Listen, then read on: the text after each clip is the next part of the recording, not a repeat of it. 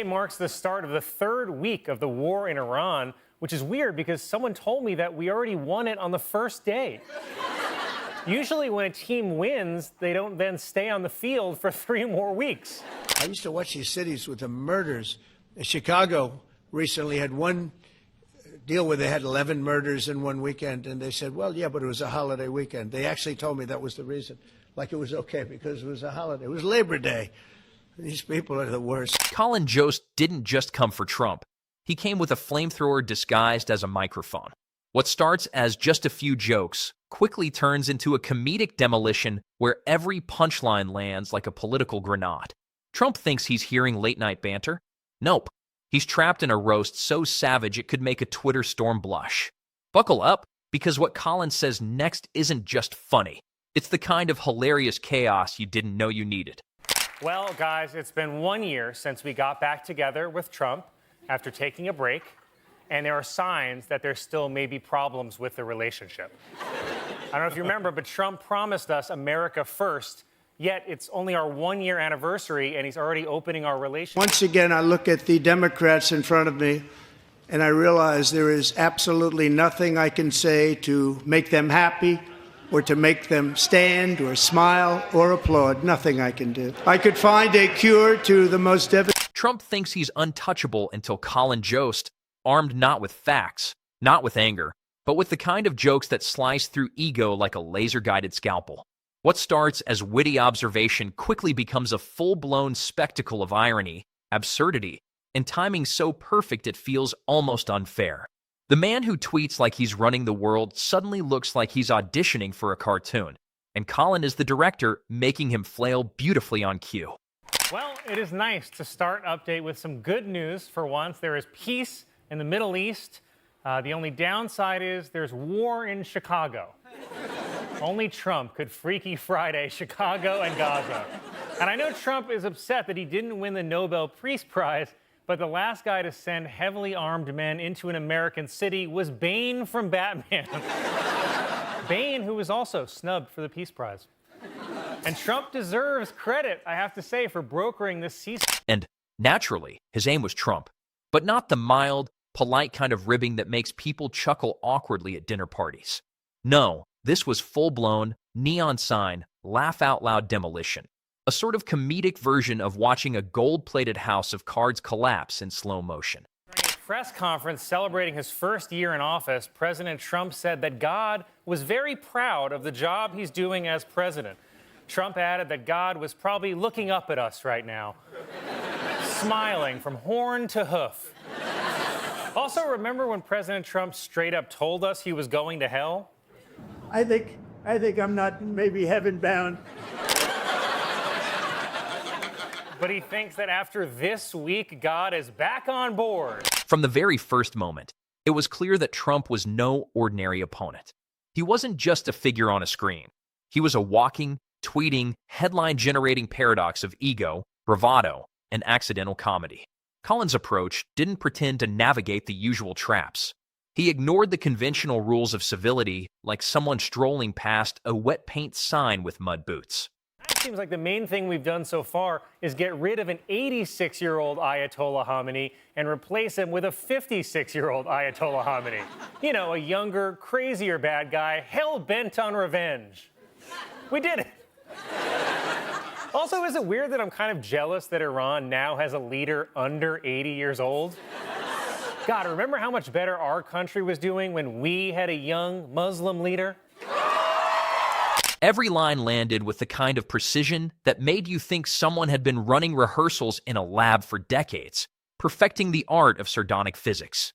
And yet, Trump, he had the classic overconfidence that makes people think they're untouchable. You could almost see him leaning back, imagining a casual quip, a polite chuckle, maybe even a smug nod to himself. But Colin wasn't interested in politeness. He was interested in exploration. The kind that uncovers the soft spots, the blind corners, the moments where reality and arrogance collide in spectacular fashion. It started with the basics. Trump, of course, is famous for being grandiose. Every move is an event. Every statement is a headline. Every gesture is a photo opportunity that looks slightly like a cartoonist went rogue with a pen. Colin wove this into a tapestry that was both scathingly accurate and absurdly funny. The audience didn't just laugh. They squirmed, nodded, and laughed again, because deep down, each one toppling over the next with a satisfying clatter. One moment, the audience was chuckling at a minor exaggeration about wealth, and the next, they were staring, slack-jawed, at a surreal observation that somehow made sense. A man so obsessed with power that he managed to turn even a handshake into a spectacle of competitive gymnastics. I'm slightly skeptical since Biden also negotiated a ceasefire in Gaza 9 months ago. Remember that? No? Well, neither does Biden. The actual Nobel Peace Prize was awarded this week to Venezuelan opposition leader Maria Corina Machado, or as Fox News reported it, Trump robbed by deranged Hispanic. Transitioning seamlessly, Colin shifted from the obvious quirks to the deeper, almost Shakespearean ironies of Trump's persona. Here's a man who thrives on public attention, yet every attempt at genuine seriousness collapses under its own weight. Colin didn't need to explain why. He let the irony do the work. The comedy came from contrast. Trump's over-the-top self-perception versus the universe's natural inclination to laugh at him. And the audience, naturally, became complicit in this cosmic joke. Then came the absurdity level, off the charts. Colin had a way of taking something almost mundane, Trump's penchant for hyperbole, for the biggest, the best, the most tremendous, and magnifying it until it became a surreal narrative. It was as if the audience had entered a parallel universe where exaggeration isn't just a habit, it's the air everyone breathes. Trump in Colin's world. The transitions were surgical. One moment, Colin was dissecting the sheer mechanics of Trump's overconfidence. The next, he was painting a picture of the chaotic energy that seems to orbit the man like a storm cloud made entirely of hair gel and bravado. There was a rhythm to the insults, a cadence that made each one hit harder precisely because it didn't feel like an insult. It felt like an inevitable observation, an unveiling of truths the audience had suspected but never fully articulated. President Trump has been inviting world leaders to join his Board of Peace or be crushed by his Council of Destruction. Trump's Board of Peace consists of countries such as Russia and Saudi Arabia, which is like if Law & Order SVU starred Diddy. President Trump has spent so much time stalking Greenland like an absolute psycho. He's basically become a guy on a dating app. He's like, hey, Greenland, you look so good. And the surreal imagery. Oh, the imagery. Colin turned Trump's public persona into a kind of absurdist theater. The man who prides himself on wealth became a walking, tweeting monument to spectacle. Every claim of success was illustrated in the mind's eye as something almost cartoonish. Gold-plated walls, helicopters circling like confused seagulls, a pile of contracts so tall it needed its own zip code. And yet, these exaggerations were grounded in reality just enough that the audience couldn't dismiss them. They were hilarious, yes, but also uncomfortably plausible. Colin's comedy thrives on timing. And timing is everything when you're dismantling a figure as iconic and polarizing as Trump. There's a fine line between funny and cruel, between clever and petty, and he walked it with the precision of a tightrope artist juggling flaming torches. Each joke unfolded logically. Like a story, Colin didn't just poke fun at facts. He created scenarios that felt both plausible and ridiculous. Trump negotiating with world leaders? Now imagine it as a live-action cartoon where every handshake is a wrestling move, every speech a soliloquy in a one-man satire. Colin's mind didn't simply comment on reality. It reconstructed it, amplified it, and then delivered it with impeccable timing so the audience felt like they were watching both the truth and a fever dream at the same time. Trump said in an interview that he believes Iran's Ayatollah Mujtaba Khomeini is damaged, but probably alive in some form. The FBI has reportedly warned police departments in California that Iran could retaliate by launching drones at high-profile targets on the West Coast. The Oscars, tomorrow on ABC.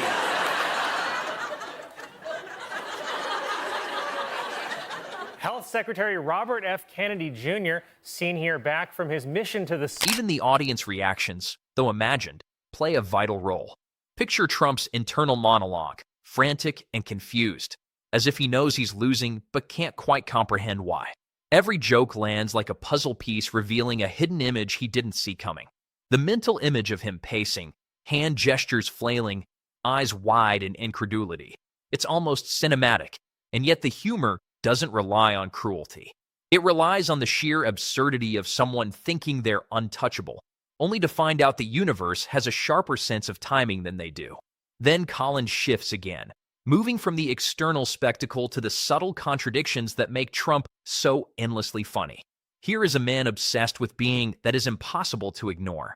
And the escalation continues. Jokes about wealth naturally evolve into observations about ego, ambition, and the peculiar contradictions of public life. Colin's humor works because it doesn't shy away from complexity. He threads together multiple layers of absurdity. The actions, the words, the reactions, all spiraling into a narrative that is both hilarious and strangely coherent.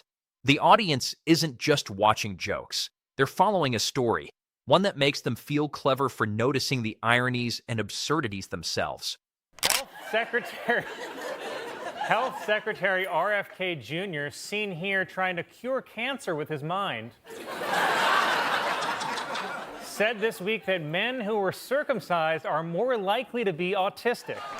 It's memorable. President Trump issued a proclamation ending Indigenous Peoples Day and calling Christopher Columbus the original American hero. So while Trump is rounding up people with ICE, he's praising Columbus, a guy who literally brought boatloads of Hispanics to America. Then comes the meta level. Colin pokes at the mythology surrounding Trump. The man as a brand, the man as a spectacle, the man as a walking contradiction that the world collectively can't look away from. The genius of the approach is that it turns every exaggeration into an illustration of human folly. Trump becomes a mirror, reflecting not just his own quirks, but the cultural obsession with power, fame, and ego. And yet, somehow, it remains funny, engaging, and impossible to scroll past. Transitions are key, and Colin wields them like a surgeon wields a scalpel. From wealth to ego, from ego to absurdity, from absurdity to meta-commentary. The narrative flows effortlessly. The audience feels carried, never jarred, always intrigued, as each segment builds upon the last. It's not just a series of jokes. It's a carefully constructed comedic journey that keeps people watching, laughing, and thinking all at once. Even the imagined reactions are pure gold. Picture Trump attempting to tweet a rebuttal, only for Colin's observations to preemptively dismantle every defense. The mental image of him staring at a screen, scrolling, muttering in disbelief, is comedy in itself. Meanwhile, the audience is in on the joke, reveling in the tension between perception and reality, between expectation and execution. It's absurd, surreal, and ridiculously entertaining. Colin doesn't rely on simple mockery. He thrives on the specificity of absurdity. Trump's public persona, his speeches, tweets, gestures, claims, becomes raw material for comedy. Every exaggeration, every overreach, every misstep is amplified, twisted, and reconstructed into something both hilarious and thought-provoking. The audience isn't just laughing at Trump. They're laughing at the universe's perfect timing, at the collision between hubris and reality. Well, guys, I'm starting to worry that President Trump might not win that peace prize. After launching a massive military strike against Iran, Trump announced hours ago that they officially killed the supreme leader, Ayatollah Khamenei, and replaced him with, oh my God, the guy from Venezuela?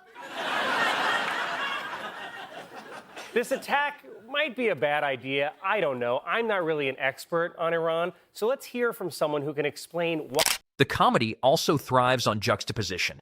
Imagine Trump imagining himself as a master strategist, a genius of public persuasion, while Colin quietly dismantles each claim with wit, irony, and precision. The contrast is unbearable in the most delightful way. It's like watching a magician reveal the trick behind a magic.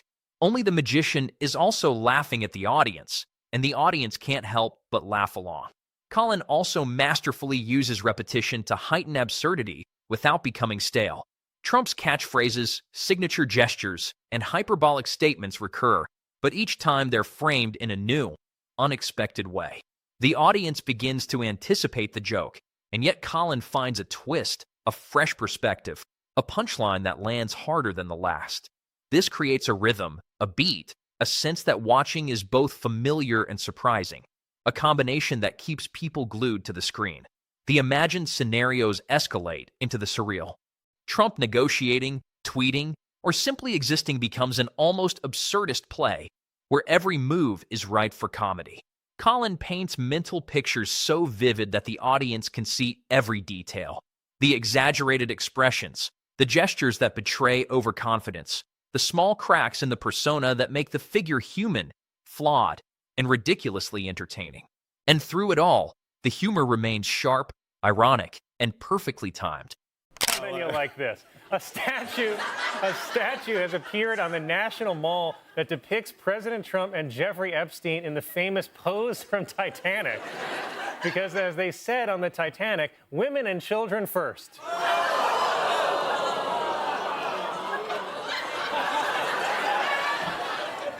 North Korean leader Kim Jong-un took his teenage daughter to a munitions factory where they test-fired pistols together. By now, the narrative has reached a crescendo. Colin has methodically built layer upon layer of observation, irony, and absurdity, guiding the audience through a maze of hilarity and insight. Trump, in this imagined space, is simultaneously imposing and ridiculous, formidable and laughable. And yet, the comedy never feels cruel. It feels inevitable, almost like watching physics at work, where every action has a perfectly ironic reaction. The genius of this approach is that it doesn't need a live confrontation. Colin's comedy works because it reconstructs reality in a way that is vivid, absurd, and entertaining. Trump becomes alive. The audience remains engaged, not because of dramatic reveals or shouting, but because each observation opens the door to another layer of absurdity. Trump as a caricature, Trump as a spectacle, Trump as an unwitting protagonist in a story he didn't realize he was part of. All of it unfolds with precision, humor, and relentless curiosity. Our president will start a war with Iran because he has absolutely no ability to negotiate. He's weak and he's ineffective. Yeah. See, now that's the Trump I vote.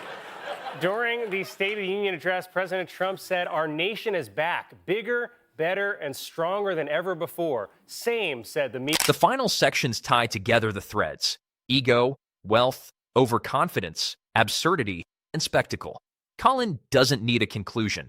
The narrative itself feels like a crescendo. The audience laughs, nods, and reflects all at once.